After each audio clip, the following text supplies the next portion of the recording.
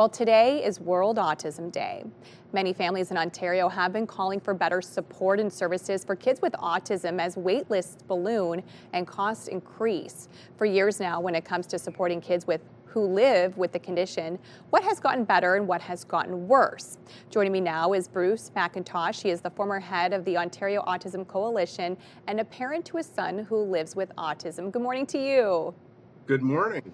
Okay, can you just start off by sharing your story, you and your wife? I know you've done a ton of work with different coalitions with Autism Ontario.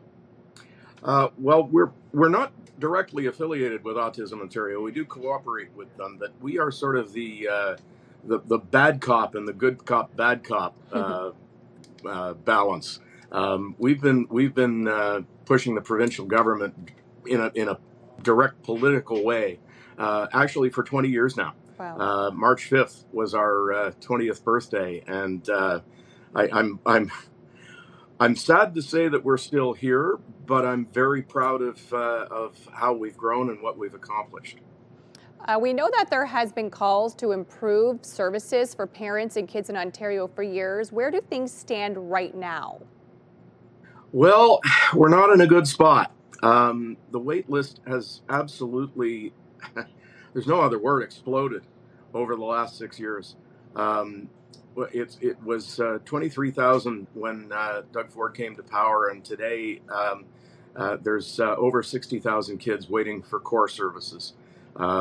They've managed to get into the upper teens of actually, families with funding to spend, but it has been just an agonizingly slow process, and as a result, the wait list is just ballooned, almost out of control. What kind of services and support needs to have? Like, what are you looking for to help people with autism?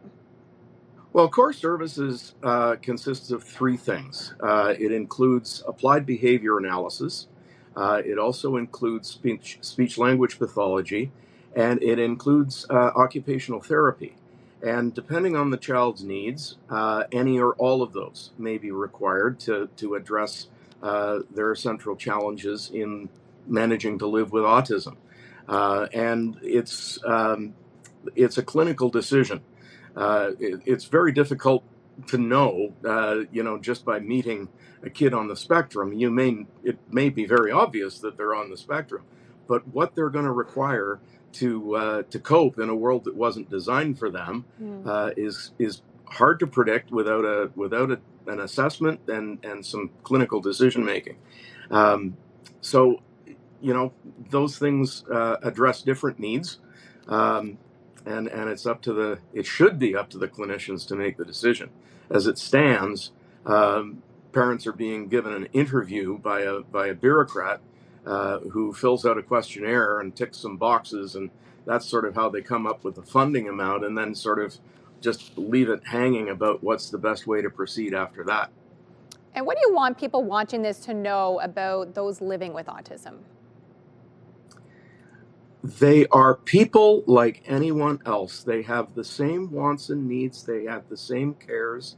They love, they feel pain, they feel fear, they feel joy, happiness. It is simply that they relate to the world in a very different way. Mm-hmm. And that requires us to meet them halfway. We've got to adapt to their package of stuff, and they need to learn the skills that they need to cope, as I said, with a world that really wasn't meant for them. Thank you so much for joining us today. We really appreciate your time. Thanks for the opportunity. You're welcome.